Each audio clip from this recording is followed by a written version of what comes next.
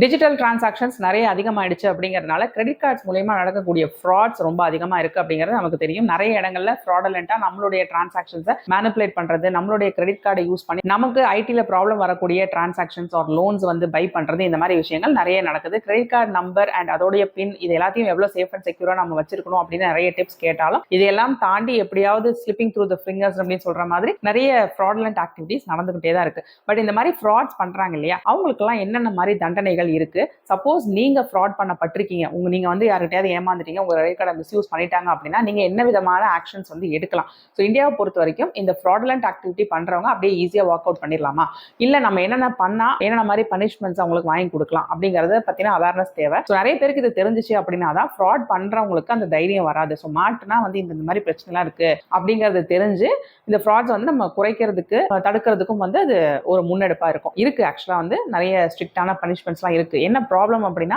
இந்த மாதிரி ஏதாவது வந்து தொலைஞ்சு போச்சு, இந்த மாதிரி பணம் ஏமாந்துட்டேன் அப்படின்னு வந்து புலம்புவோம், பேங்க்ஸ்ல போய் கேட்போம், அந்த மாதிரியே பண்றதோட நிறுத்திவோம். தவிர்த்து அதுக்கு மேற்கொண்டு ஒரு லீகல் ஆக்டிவிட்டி எடுக்கிறதுக்கு நம்மள பல பேர் தயங்குவோம். ஃபர்ஸ்ட் ரீசன் அதுக்கு என்னென்ன மாதிரி லீகல் ஆக்டிவிட்டி எடுக்கணும் அப்படிங்கிறது நமக்கு தெரியாம இருக்கும். ஸோ நான் வந்து ஃப்ராட் பண்ணப்பட்டுட்டேன் அப்படின்னா அடுத்தது நான் என்ன செய்யணும், எங்க போய் கம்ப்ளைண்ட் பண்ணணும், ஓகே ஒரு இடத்துல கம்ப்ளைண்ட் பண்ணிட்டேன், இங்கே வந்து ப்ராப்பர் ஆக்ஷன் எடுக்கலன்னா அடுத்த ஸ்டெப்புக்கு நான் என்ன பண்ணணும் அப்படிங்கிறத தெரியாம இருப்பாங்க நிறைய பேர். தெரிஞ்சிருந்தாலும் சில பேர் என்ன பண்ணுவாங்க அப்படின்னா, இதுக்கெல்லாம் போய் என்னால் டைம் ஸ்பெண்ட் பண்ணிட்டு இருக்க முடியாது, ஓகே நடந்து போச்சு, அந்த கார்டை நான் க்ளோஸ் பண்றேன், இவ்வளவு பணம் நான் லூஸ் பண்ணிட்டேன், போன வரைக்கும் போகட்டும், அந்த கார்டை நான் க்ளோஸ் பண்ணிட்டு வேற கார்டு வாங்கிக்கிறேன், ஐ எம் டூ பிஸி அப்படின்ற மாதிரி சில பேர் இருப்போம். இதுவும் வந்து ஒரு நியாயமான விஷயம் தான். பட் என்னென்ன மாதிரி பனிஷ்மெண்ட்ஸ் இருக்கு அப்படிங்கறத தெரிஞ்சுக்கிட்டு நம்ம இந்த மாதிரி ஆக்ஷன்ஸ் எல்லாம் எடுத்தா நம்ம கிட்ட பணம் திருடினவங்களையோ இல்ல நம்மளோட கார்டை மிஸ்யூஸ் பண்ணவங்களுக்கோ வந்து இந்த மாதிரி ஒரு பனிஷ்மெண்ட் கிடைக்கும் அப்படிங்கிறது நமக்கு தெரிஞ்சிருக்கு அப்படின்னா இந்த மாதிரி நிறைய பேர் ஆக்டிவிட்டிஸ் எடுக்க நம்ம முன்னெடுத்தோம்னா ஃப்ராட்ஸ் வந்து குறையறதுக்கான வாய்ப்புகள் அதிகமா இருக்கு. ஸோ முக்கியமான லீகல் ப்ரொவிஷன்ஸ்லாம் என்ன அப்படின்னா, செக்ஷன் 66C இருக்கு ஐடி ஆக்ட் படி. ஸோ இந்த செக்ஷன்ல வந்து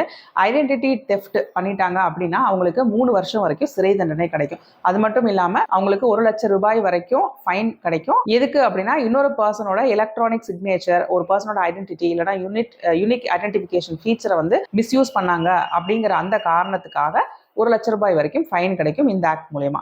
அடுத்தது செக்ஷன் 66D இன்கம் டேக்ஸ் ஆக்ட்ல என்ன நடக்கும் அப்படின்னா, ஒரு கம்ப்யூட்டர் ரிசோர்ஸ் மூலியமாவோ ஒரு டெஸ்க்டாப் மூலியமாவோ ஒருத்தவங்களோட பர்சனைசேஷனை சீட் பண்ணிட்டாங்க அப்படிங்கும் போது அந்த இடத்துல அவங்களுக்கு 3 வருஷம் வரைக்கும் சிறை தண்டனையும் 1 லட்சம் ரூபாய் வரைக்கும் ஃபைன் கிடைக்கிறதுக்கான ஆக்ட் தான் இந்த ஆக்ட். அடுத்த செக்ஷன் வந்து 468 ஐபிசி செக்ஷன்.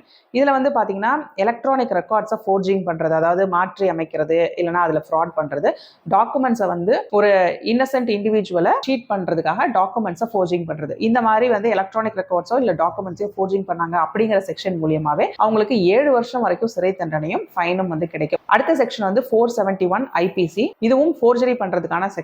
இதுலயும் வந்து பனிஷ்மெண்ட்டும் சேம் சார்ஜஸும் வரும். என்னன்னா, டாக்குமெண்ட் எலக்ட்ரானிக் டாக்குமெண்ட்டோ இல்லைனா ஏதாவது ஒரு ரெக்கார்டையோ ஃபோர்ஜரி பண்ணிட்டாங்க அப்படிங்கிறது ப்ரூவ் பண்ணப்பட்டுச்சுன்னா அவங்களுக்கு சிறை தண்டனையும் ஃபைனும் கிடைக்கும். அடுத்த செக்ஷன் 447 கம்பெனிஸ் ஆக்ட். இதுல வந்து பாத்தீங்கன்னா ஃபினான்ஷியல் ஃப்ராட் பண்ணக்கூடிய கிரிமினல்ஸை பனிஷ் பண்ணக்கூடிய ஆக்ட் வந்து இது. இதுல 6 மாசத்துல இருந்து 10 வருஷம் வரைக்கும் அந்த ஃப்ராட் பண்ணவங்களுக்கு தண்டனை கிடைக்கும். அண்ட் எவ்வளவு இன்டென்சிட்டி அவங்க பண்ணிருக்கக்கூடிய கிரைம் வந்து எவ்வளவு பெரிய கிரைம், எவ்வளவு பெரிய அமௌண்ட் வந்து ஃப்ராட் பண்ணிருக்காங்க அண்ட் எவ்வளவு மோசமான கிரைம் அப்படிங்கறத பொறுத்து அந்த சிறை தண்டனையோட காலமும் ஃபைனும் வந்து உங்களுக்கு கிடைக்கும். ஸோ ஒருத்தருடைய ஐடென்டிட்டியை தெஃப்ட் பண்ணிட்டாங்க, அதாவது ஒருத்தவங்களோட ஐடென்டிட்டியை திருடிட்டாங்க அப்படிங்கிற பட்சத்தில் மேக்ஸிமம் பெனாலிட்டி வந்து 3 இயர்ஸ். திருடி யூஸ் பண்ணிருக்காங்க, அவங்க ஒருத்தவங்களோட ஐடென்டிட்டியை திருடி யூஸ் பண்ணிருக்காங்க அப்படிங்கும்போது மேக்ஸிமம் பெனாலிட்டி வந்து பாத்தீங்கன்னா 3 வருஷம் ஜெயிலு அண்ட் ஃபைன் வந்து 1 லட்சம் ரூபாய் வரைக்கும் மேக்ஸிமமா கிடைக்கும். அண்ட் திருடினது மட்டும் இல்ல, ஃபோர்ஜரி பண்ணிருக்காங்க அண்ட் அது சம்பந்தப்பட்ட கிரைம்ஸ் பண்ணிருக்காங்க அப்படிங்கும்போது 7 வருஷம் வரைக்கும் சிறை தண்டனை கிடைக்கும். இதுலயும் வந்து ஃபைன் கிடைக்கும். இது இல்லாம ரொம்ப லார்ஜ் ஸ்கேல்ல வந்து ஒரு பெரிய கிரைம், ஃபினான்ஷியல் கிரைம் பண்ணிட்டாங்க அப்படிங்கும்போது 10 வருஷம் வரைக்கும் சிறை தண்டனையும் அதற்கு ஏற்ற மாதிரி ஃபைனும் கிடைக்கும். ஸோ இனிமேட்டு நாங்க இந்த மாதிரி ஆக்ஷன் எடுக்கணுமா, ஆக்ஷன் எடுத்தா என்ன நடக்கும்னு எங்களுக்கு தெரியலையா அப்படின்னு நீங்க கவலைப்பட வேணாம். நிறைய கம்ப்ளைண்ட்ஸ் வந்து ஆல்ரெடி நிறைய பேர் போட்டுட்டு தான் இருக்காங்க அண்ட் அதுக்கான ஆக்ஷன்ஸையும் கோர்ட் வந்து எடுத்துட்டு தான் இருக்கு.